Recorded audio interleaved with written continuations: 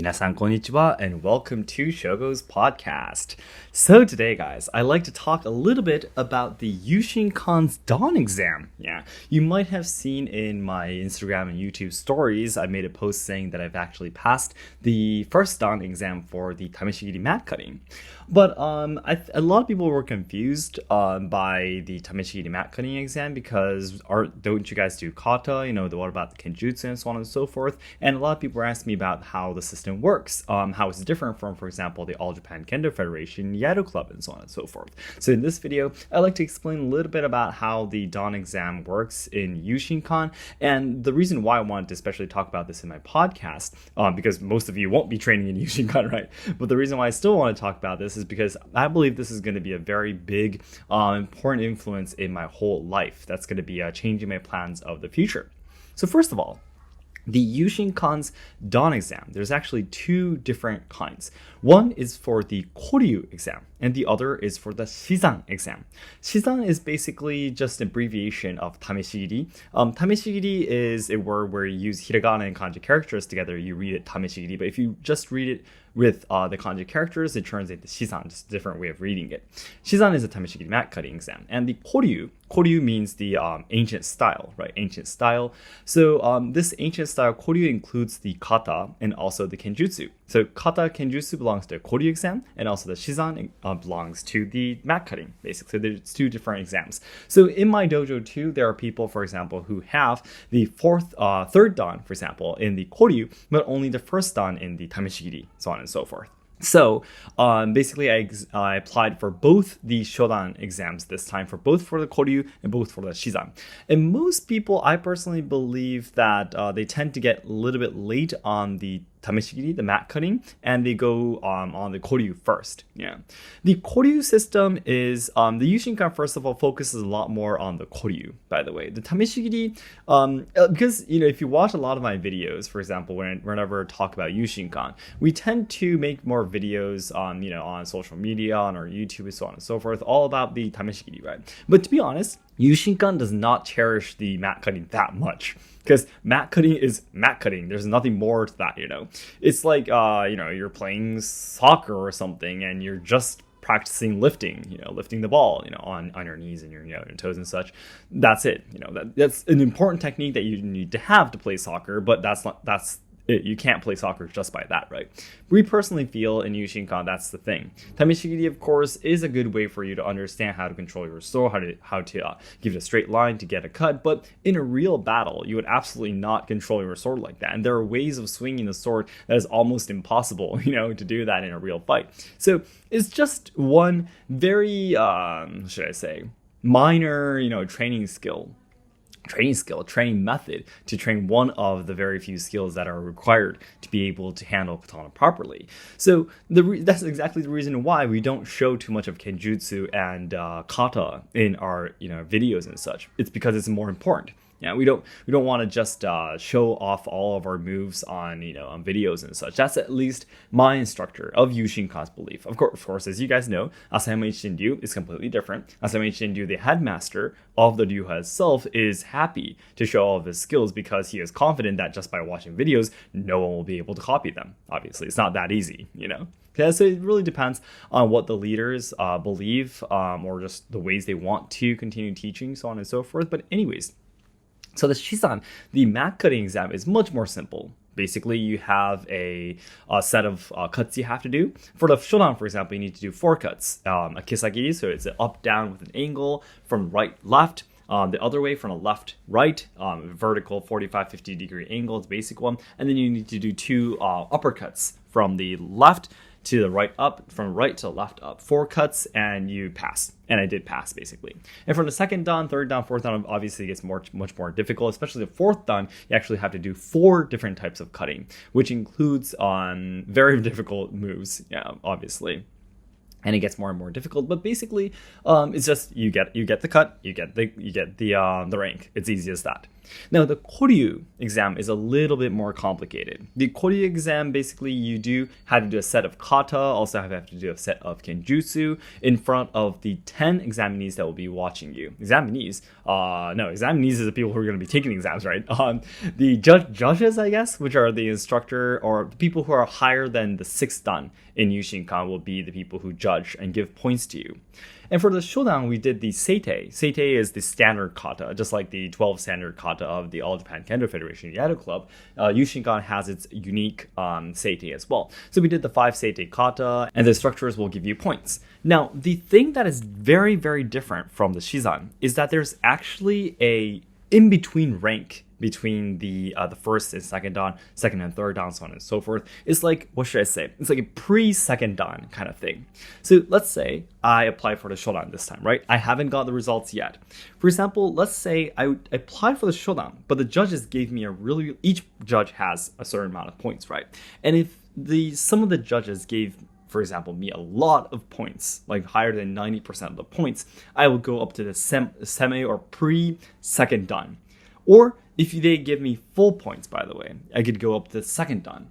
So that's really different from, I think, a lot of the general Iaido ryuhas, where you have to have a few years in between getting dans and you can never ever jump a dan, But in Yushinkan, the belief is that people who are talented, who have skills, have experiences, should go up to the higher dans as soon as possible so they can help teach more students.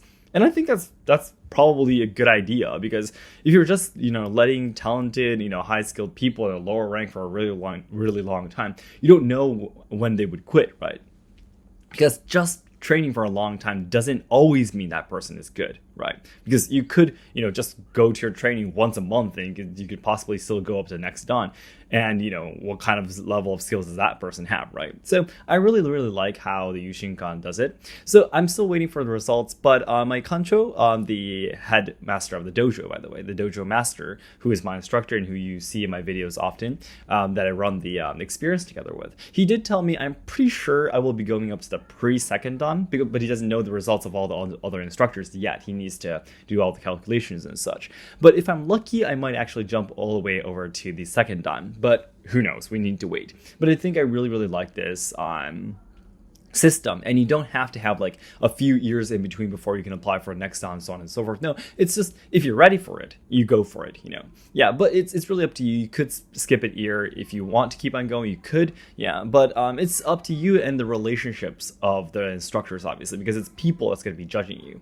Let's say you obviously don't have enough skills yet, but if you, for example, take the test, maybe people will think that you're arrogant, you're not humble enough to train for an extra year and before you take the exam, and so on and so forth. So there's actually a lot of stuff that you need to, keep in mind, before you take the exams. But this is how the system works. Now, the main part of today's story was that, basically. But the reason why I want to talk about this, how this system works and such, is because my kancho, the dojo master, has been telling me that if I train hard enough, he was telling me that maybe for you, Shogo, he was telling me maybe in the next, if you really train hard, maybe in the next 6 years, you actually might become one of the 6th dan instructor levels. And if you go up that high, you're actually considered one of the people who can take your own apprentices. And I think this is amazing. And the reason why I think this is amazing is because I, of course, need a reason for me to move out of Japan whenever I want to, right? So again, I'm thinking of trying to leave Japan from when I'm 35 to 40 years old. But considering all the other things that I do, it could be tea ceremony, no theater, shakuhachi, on the 2 other ryuha that I train in, these things, so when I'm 35, it's going to be 6 more years in the future. By that point, I'm pretty sure I'm not at the level. Maybe the shakuhachi might be, but just teaching shakuhachi and moving out of Japan is pretty risky, isn't it? It's probably going to be really, really difficult for me to make money compared to, of course, Iaido and Katana, which is much more popular. So I'm thinking right now that a really should focus a lot on Yushinkan training so that I can become the master class by then. From the 6th dan, I will be able to take students, build my own dojo. However, strictly speaking though, the highest rank is the 7th dan. And when you're still a 6th dan instructor, you can take students, but the students will basically technically not yours, but the headmaster. So the person who is running the Ryuha's students, and I'm just taking care of them kind of thing. Once you become a 7th dan instructor, finally your students will actually be your real students. Yeah. So, but basically, the instructor, head dojo master, has told me that once I go up the 6th dan, you're happy to build a dojo anywhere you like, and I'd love to make the very first overseas branch of Yushinkan dojo somewhere outside of Japan. So that is a dream that I have right now. Now, for example, but in order to do that though, the country told me, of course, that I need to be able to get to the 6th dan in 5 to 6 years. That means I would probably have to jump a few dan very often, basically. Yeah. So let's say I got to the pre-2nd or 2nd dan exam next time. And then in the next exam, I will probably take the 3rd dan in that case. And then I probably have to take the 3rd dan, but we'll try to get to the pre-4th or maybe even the 4th exam. Yeah. And then I will have to probably have 1 year in between to get the next level, because obviously there's a lot of training needed to get there, and so on and so forth. So I really need to speed up on my training for Yushinkan. But I really personally believe that it's worth it. I love the skills. I love the people of Yushinkan. The people of Yushinkan is the best reason why I want to continue training and become one of the instructors of the dojo, because of course, Katana skills, where you train, the methods that they have, the logics that they have is of course important. It's not something that you could just ignore, but also at the same time, in the end, again, as I always say, you never actually use, Katana skills outside. It's not a practical skill that you can use in modern day, So in the end, it's really up to what kind of person it's going to build you into, And then thinking about that, I really feel Yushinkan is a great place. So this is a dream that I have. And this is exactly the reason why I wanted to explain to you guys here right now about how the dan exam works, because I'm already training for the 2nd or 3rd dan exam at home every day because I'm just so excited about it. Yeah. So please wish me luck, and I'll continue training very hard. So then everyone, as I always say, the ultimate goal of my life is to make all Japan lovers' dreams come true. So I know there's a lot of people studying Japanese, willing to come to Japan to study, travel, or work, or even train our traditional culture and such. However, I am very afraid that Japan will not be able to make everyone's dreams come true in the future, because we're facing a lot of social problems, we are losing our traditional culture, and the younger generations who are supposed to be carrying on the good things about Japan are dying because of all the social issues being shoved against them.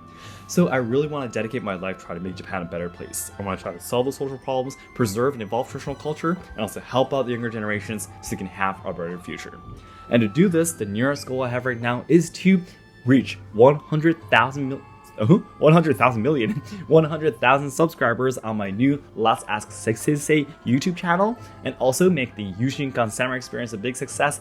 And it would be great if you could check out my Ko-fi page, which I'm raising donations right now to continue to go and film at the Asayama Ichiden Dojo. I do not know why my kids are singing downstairs, but anyways guys, all my activities are in the description box, so I hope you can check it out for me. Thank you so much for all of your support, and please have a nice day or a good night.